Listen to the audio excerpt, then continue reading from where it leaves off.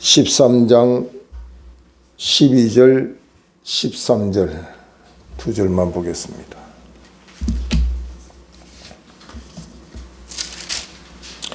히브리서 13장 12절 13절 봉독에 올립니다. 그러므로 예수도 자기 피로서 백성을 거룩하게 하려고 성문 밖에서 고난을 받으셨느니라.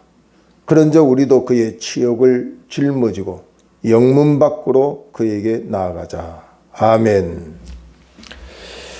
일본에서 있었던 일입니다. 기독교인이 확산되는 것을 방지하기 위해서 예수님의 사진을 땅바닥에 두고 지나가는 사람들이 밟고 지나가면 그것은 기독교인이 아니고, 밟지 않고 지나가면 기독교인이라 판단한 후에 누구든지 이 예수님의 상을 밟고 지나가면 살려두겠지만 밟지 않고 지나가는 이들은 다 죽여버리겠다고 엄포하기 시작했습니다. 그리고 금사관 하나를 두고 밟고 가나 밟고 가지 않나를 확인하기 시작했습니다. 어느 한 사람이 지나가는 그 순간이 될 때에 예수님의 상을 바라보게 됐습니다. 그때 예수님이 그를 바라보는데, 그가 평소에 믿었던 영광의 예수님, 이적과 기적을 행하시고 만왕의 왕의 모습이 아닌 초라하기 짝이 없는 참으로 연약한 모습으로 예수님이 그에게 말씀을 하고 있습니다. 나를 밟고 가거라. 아무도 보지 않는다. 나는 밟히기 위해서 세상을 왔노라. 나를 밟을 때 내 마음이 아프겠지. 그러나 나는 미워할 수 없다. 내가 아파하는 그 마음만으로도 나는 족하니 어속히 나를 밟고 가거라 하는 주님의 음성을 듣게 됩니다. 그때 이 사람이 너무나도 가슴이 아파서, 주님, 제가 죄인입니다. 용서해 주십시오. 그런데 한 가지 주님 물어볼 말이 있습니다. 어떻게 해서 많은 사람들이 예수님 앞에 와서 지나갈 때에 왜 예수님께서 말씀하지 아니하시고 침묵하셨습니까? 그렇게 이야기를 합니다. 그때 예수님께서 하시는 말씀이, 나는 단 한 번도 침묵한 적이 없다. 함께 괴로워했고 함께 울고 있었느니라. 다만 그들이 나의 말을 무시하고 외면하였을 뿐입니다. 그렇게 이야기를 했다고 합니다. 지금도 내 삶에 침묵하시는 예수님으로 믿습니까? 하나님을 믿는데 나는 왜 이렇게 행동을 쉽게 할까요? 내 마음으로 합리하고 변명하고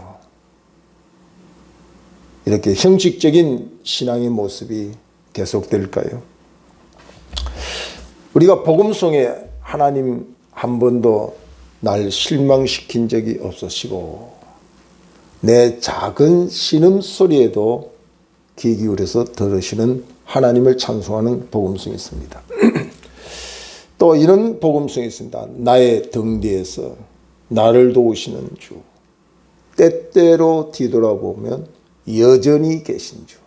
한 번도 주님은 내 곁을 떠난 적이 없고, 한 번도 주님은 내 위기상에 침묵한 적이 없고, 계속해서 주님은 우리에게 말씀하고 있지만 우리는 듣고 싶은 말만 듣고, 듣기 싫은 것은 귀를 막고 외면하기 때문에 주님과 상관없는 삶을 살아가는 경우들이 많다는 이야기입니다. 시편 121편 1절 이하에 보면은, 오늘 우리의 삶을 밤낮 주야로 주무시도 않고 졸지도 아니하시며 밤에 달이 너를 해치 못하게 할 것이고 낮에 해가 너를 상하지 못하게 할 것이다. 그렇게 우리를 지키시는 하나님을 소개하고 있습니다.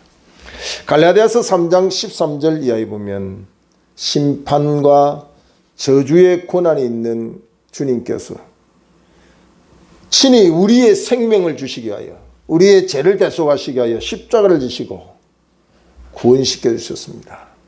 이 생명의 복음을 힘입은 성도들은 어떻게 살아야 될까?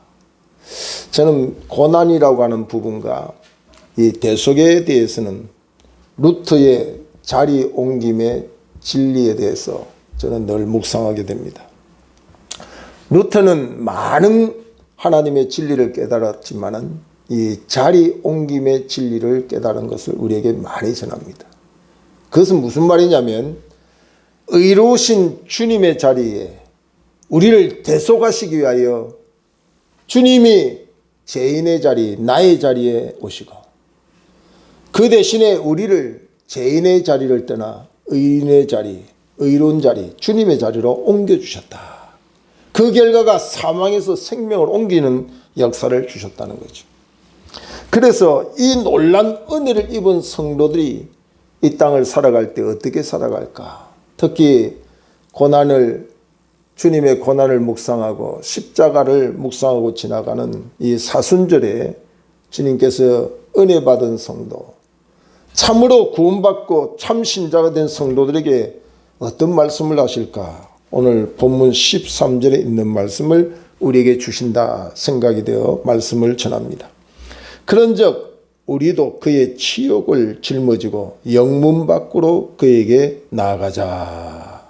그런즉 우리도 그의 치욕을 짊어지고 영문 밖으로 그에게 나아가자. 오늘 이것이 성도된 우리들에게 복음의 본질이니 이 말씀을 기억하라. 이 말씀을 들으라. 신앙의 본질이 예수 믿고 부자 되는 것이 본질이 아닙니다. 예수 믿고 병 낫는 거 그게 신앙의 본질이 아니라고요. 예수 믿고 세상 성공하고 출세한 것이 본질이 아님에도 불구하고 우리는 이 본질 아닌 것을 본질로 주목하고 시선을 빼앗겼어. 이 예수 그리스도의 이 진리의 복음을 본질을 잊어버리는 경우들이 많이 있다는 거죠.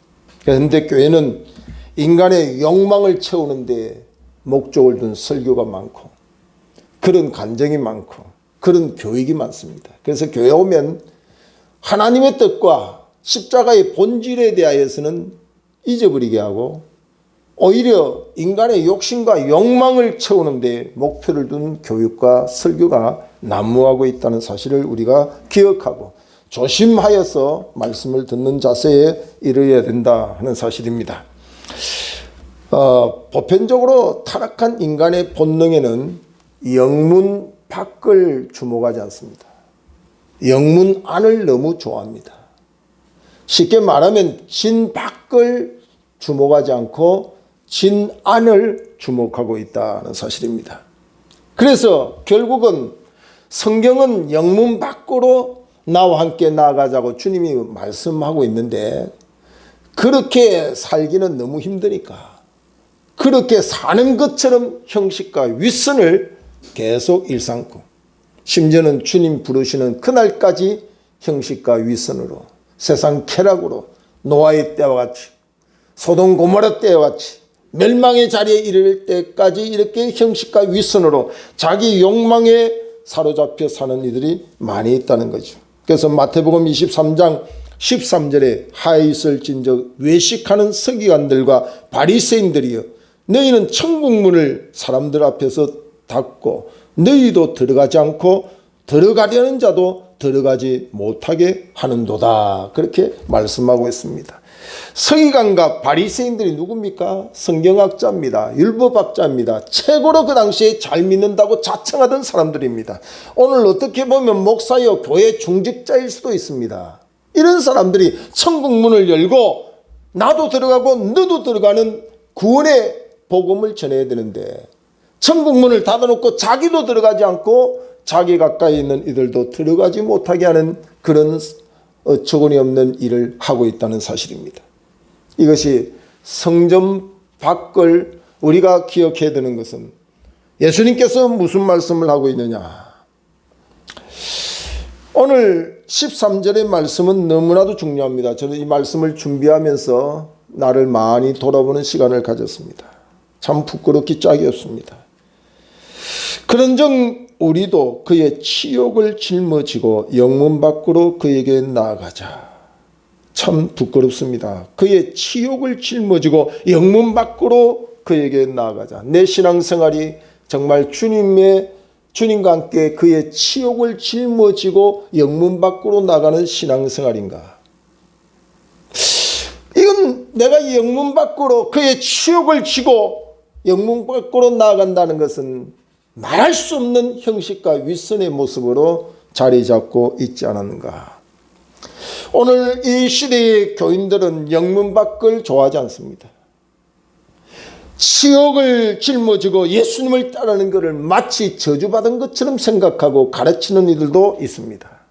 수치와 수모를 당하는 것을 예수 믿고 저주받았다 생각하는 사람들이 많이 있다는 이야기입니다. 오늘 이 말씀을 준행했던 이가 바로 영문 밖의 길을 복음송 찬송을 지었던 그 내용의 주인공 주기철 목사님을 많이 둡니다. 주기철 목사님의 삶은 영문 안의 삶이 아니라 영문 밖의 삶이었다 하는 것을 보여주는 거죠. 그는 신사참배를 거부하면서 죽으면 죽으리다 일사각오의 정신을 가지고 신사참배를 하다가 모진 고문을 당하고 심지어는 폐병이 도지고 안질에 문제가 있고 결국은 심장병으로 나이 49세에 평양 감옥에서 순교를 합니다. 그때 많은 사람들이 한순간순간 동료였습니다. 목사님 아무도 모릅니다. 한 번만 목사님 예수님 곁을 좀 부정하면 예수님도 이 상황 속에 이해할 것입니다. 왜 그렇게 고집을 피웁니까? 한 번만 예수님을 부정하면 목사님도 편하고 모든 이가 편할 수 있는데 그 길을 좀 가시죠. 그때 이 주기철 목사님은 나를 위하여 십자가를 지신 예수님을 어찌 내가 모른다고 할 수 있느냐 그렇게 말하면서 그의 최후의 고백이 아버지여 내 영혼을 아버지 손에 맡깁니다. 그렇게 고백하면서 예수님의 길을 따라갔습니다. 오늘 그리스도인들 예수님의 제자라고 말하고 예수님의 길을 재현하는 삶을 살겠다고 고백하는 저와 여러분, 예수님 때문에 치욕을 당한 흔적이 있습니까? 예수님을 따라가면서 치욕을 당하는 것을 복음의 본질로 믿고 있습니까? 어쩌면 오늘 한국교회는 예수님을 따라가다 치욕을 당하는 일을 믿으라고 한다면 거의 8, 90% 이상은 거절할 겁니다. 예수님을 따라가다 영광의 길, 영문 밖의 길이 아니라 영문 안에 보장받고 축복의 길을 따라가고자 하지. 영문 밖으로 예수님과 함께 치욕의 짐을 지고 따라갈 자가 얼마나 있을까. 오늘 영문 밖은 11절에 이렇게 소개합니다. 이는 죄를 위한 짐승의 피는 대제사장이 가지고 성소에 들어가고 그 육체는 영문 밖에서 불사름이라. 예수님의 육체가 영문 밖에서 골고다 언덕에서 불살라지는 것 같이 성도들은 바로 영문 밖으로 예수님 계시는 그곳에 내 육체가 불살라지는 경험과 체험이 있어야 그 사람이 진짜 신자가 되는 거죠.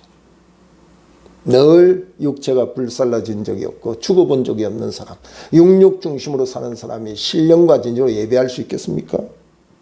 12절에 보면은 그러므로 예수도 자기 피로써 백성을 거룩하게 하려고 성문 밖에서 고난을 받으셨느니라. 예수님도 성문 밖으로 나가서 바로 이 성문 밖은 영문 밖을 말하는 거죠. 이 영문 밖을 레위기서 4장 12절에는 이렇게 소개합니다. 레위기서 4장 12절에 보면 똥 곧 송아지의 전체를 진영 바깥 재버리는 곳인 정결한 곳으로 가져다가 불로 나무 위에 사르되 곧 재버리는 곳에서 불사를 지니라. 번제물로 드리는 송아지가 있다면 그 송아지의 똥과 그 송아지의 전체 육체 그 제물에 부정한 것은 다 성문 밖에서 영문 밖에서 불태워버리라. 오늘 영문 밖은 바로 격리된 곳입니다. 사람이 있는 곳이 아닙니다. 제물된 이들이 불살라져 버리는 곳입니다. 그래서 이곳은 바로 쓰레기 소각장 같은 역할을 하는 곳입니다. 오늘 예수님의 육체가 바로 우리를 위하여 이렇게 불살라진 곳이 영문밖이라. 바로 오늘 이 시대에 이 진리를 깨달은 성도들에게 하시는 말씀이 바로 성문 안에 내가 있는 것이 아니고 내 육체가 불살라진 영문 밖에 내가 있으니 너희도 나와 함께 치욕을 짊어지고 수치를 짊어지고 영문 밖으로 함께 가자고 말씀하고 있다는 사실입니다. 근데 오늘 이 13절의 말씀을 우리가 조금 이해를 돕으려면 예수님의 고난과 그 십자가의 사건이 얼마나 큰 치욕인지 그것에 대해서 우리가 당시의 배경을 이해를 해볼 필요성이 있습니다. 당시 십자가에 죽으시는 그 형틀은 유대인들에게는 꿈에도 그 십자가의 모양을 보는 게 너무나도 저주스럽다고 생각했어요.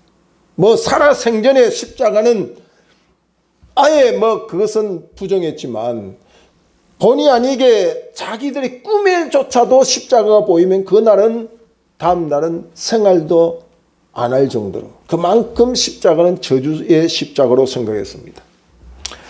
이 십자가의 형은 끔찍한 살인강도 이상의 죄를 범한 중죄인들, 극악한 인간으로서는 지을 수 없는 죄를 짓는 이들에게 해당되는 그런 벌입니다. 그러니까 시시한 잡범들은 이 십자가형을 지지 않는다는 얘기죠. 그리고 이 십자가형을 진 이는 본인뿐만 아니라 자녀 손손까지도 치욕의 삶을 살 수밖에 없는 그런 대대의 저주가 십자가의 형을 받은 자들의 그 삶이라는 거죠. 그러니까 당시 이러한 배경 속에서 수치와 수모를 예수님과 함께 짊어지고 영문 밖으로 가는 신앙생활이 어떤 것인가 이해됩니까?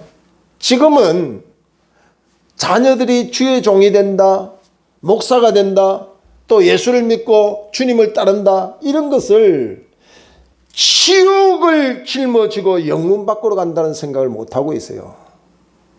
궁극적인 결과가 그리스도의 영광에 우리에게 전해진 복음 아래 있기 때문에 그 과정 속에 예수님을 따라가는 영문 밖의 길, 그 치욕을 짊어지고 가는 길에 대하여 이해가 좀 약하다 이 말이죠. 당시의 배경으로 생각한다면 그냥 생각만으로 마음만으로 가지고 있는 것이 아니라 나와 내 자손 대대까지 치욕의 짐을 지을 수 있는 그 길이 영문 밖으로 가는 길이에요. 십자가 주님을 따르는 길이다 이 말이죠. 어쩌면 나만 죽는 게 아니라 내 자식 내 대대에도 죽음을 면할 수밖에 없는 면하지 못하는 그런 길을 따르는 게 바로 오늘 영문 밖으로 가는 길이다 이 말이죠. 그러니 이 길을 따르는 사람이 얼마나 있겠어요. 그러니까 그 당시에 제자들까지도 예수님을 떠나가는 그런 사건이 일어나지 않습니까? 오늘 이 시대에 많은 사람들이 이 영문 밖을 잘 이해를 못합니다. 그래서 사순절을 이야기를 하지만 그 사순절의 진리를 잘 이해하지 못하는 사람들이 너무 많이 있다는 거죠. 그래서 우리 인간의 체질상 이 본능적으로 영문 밖을 좋아하지 않습니다. 그래서 설교가 가르치는 교육이 다 영문 밖에 초점을 맞추지 않고 영문 안에 평안하다, 잘된다, 기복신앙으로 신비주의, 정말 표적주의 이런 것에 막 집중하는 거예요. 그래서 마치 교회가 무슨 종합병원처럼 우리 교회 넣으면 폐병이 낫는다, 암이 낫는다 이런 것을 막 아주 복음의 핵심처럼 이야기하는 사람이 있어요.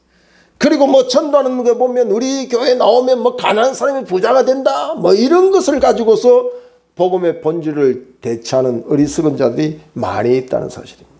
영문 밖으로 수치의 주님의 수치의 짐을 같이 지고 가는 복음이 아니라 영문 안에서 보장받고 욕구를 충족시키는 그 복음 아닌 복음을 가르치는 교회들이 많이 있다는 이야기입니다. 자, 우리가 이 코로나 시대를 지나가면서 부정하지 못하는 게 바로 우리가 얼마나 주님의 요구, 시대의 복음의 본질을 따라가지 않고 있는지를 살펴볼 수 있습니다. 13절에 그런즉 우리도 그의 치욕을 짊어지고 영문 밖으로 그에게 나아가자. 치욕을 짊어지고 영문 밖으로 그에게, 누구에게? 주님이 계시는 곳에. 그러니까 영문 안에 주님 계시는 게 아니라 주님이 어디 계신다는 이야기입니까? 바로 영문 밖에 주님이 계신다고 그랬어요. 근데 오늘날 많은 이들이 착각해요. 영문 밖에 주님 계시는 게 아니라 영문 밖에는 저주와 수치와 수모만 기다리고 있으니 영문 안을 사랑하라고 간증하고 있고 설교하고 있는 그런 시대에 우리가 살고 있다는 거죠. 그 결과가 어떤 결과가 났습니까?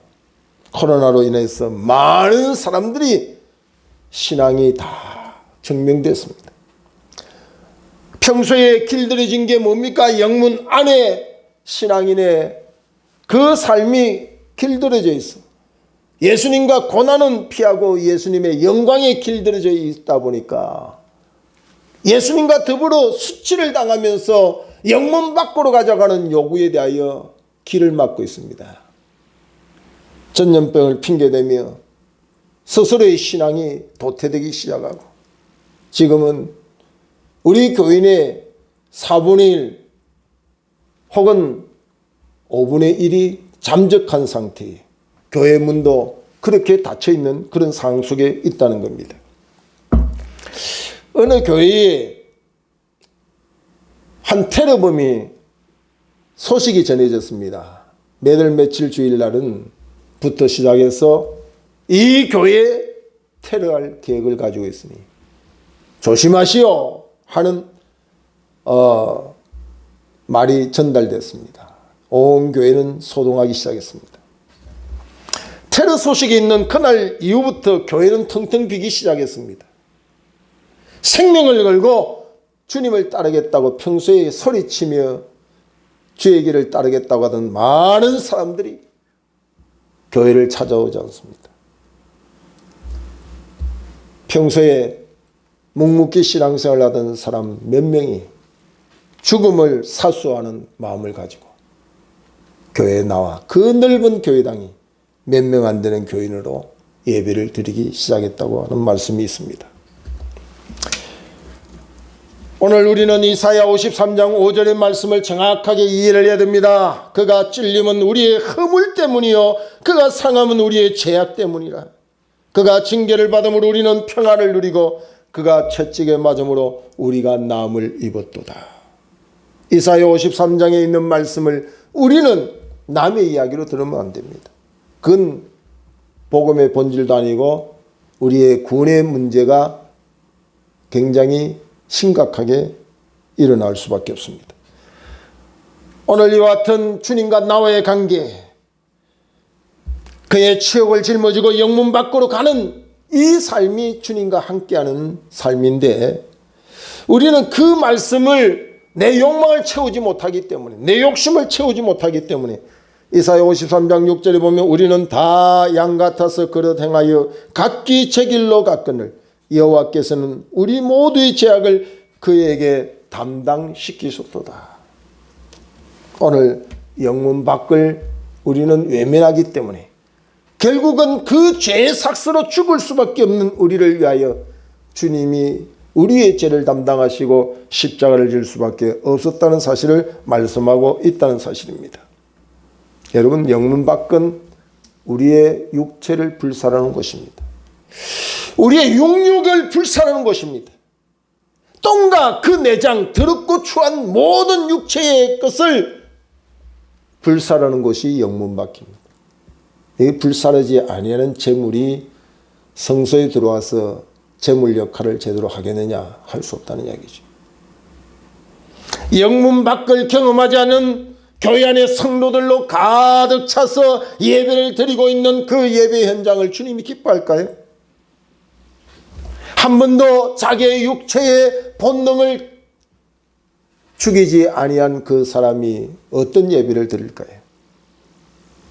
저주와 수치와 수모를 당하고 있지만 예수님이 계시기 때문에 나도 그와 함께하기로 영문 밖으로 나가는 그 길을 가는 사람만이 신령과 진정으로 예배자가 될 수 있는 겁니다.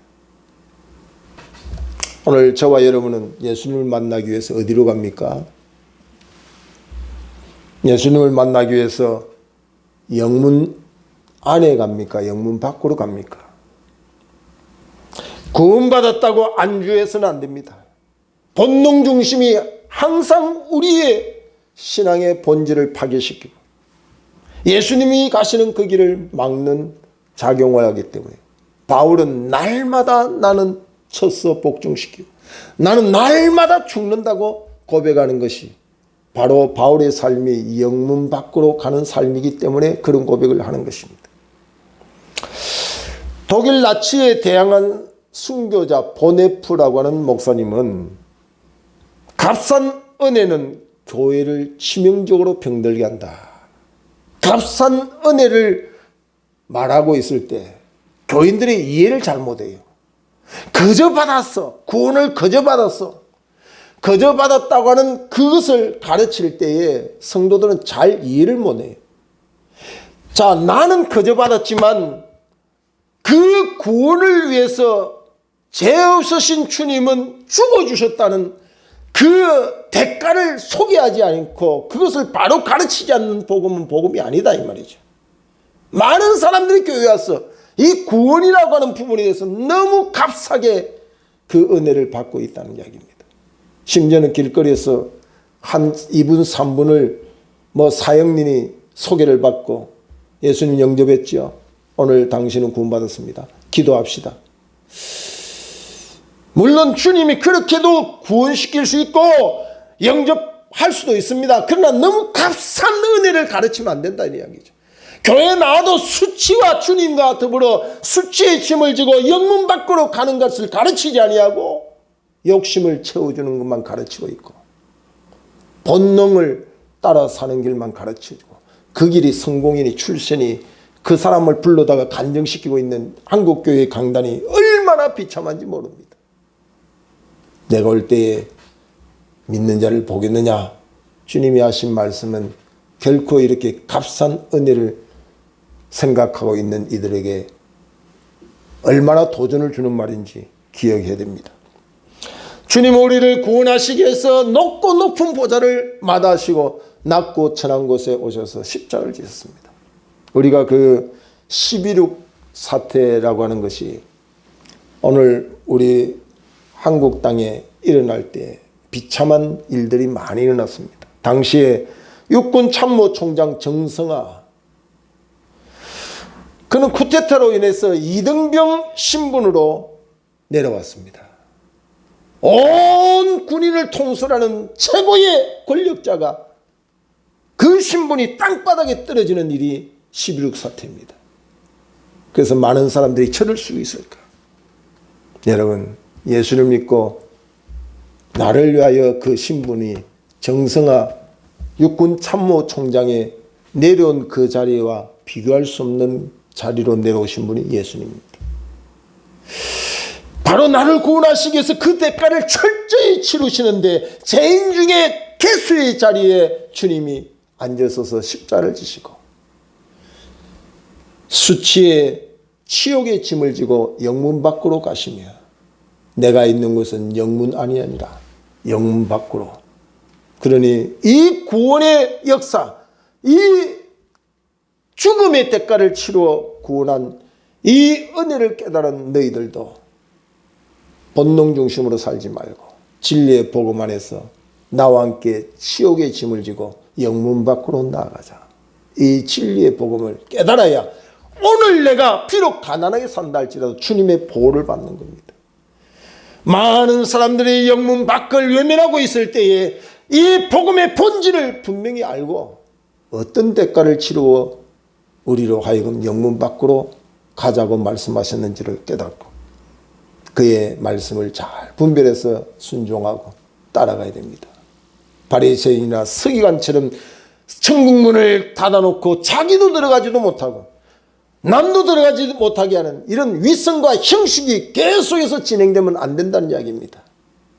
오늘 이 참된 복음이 우리에게 들려지고 최후 승리자로 주님의 뜻과 그 진리를 따라가는 영문밖의 길을 기쁨으로 감사함으로 나아갈 수 있는 신앙의 용장, 신앙의 용사로 세워지기를 주의 이름으로 축원합니다. 기도하겠습니다. 하나님 은혜를 감사합니다.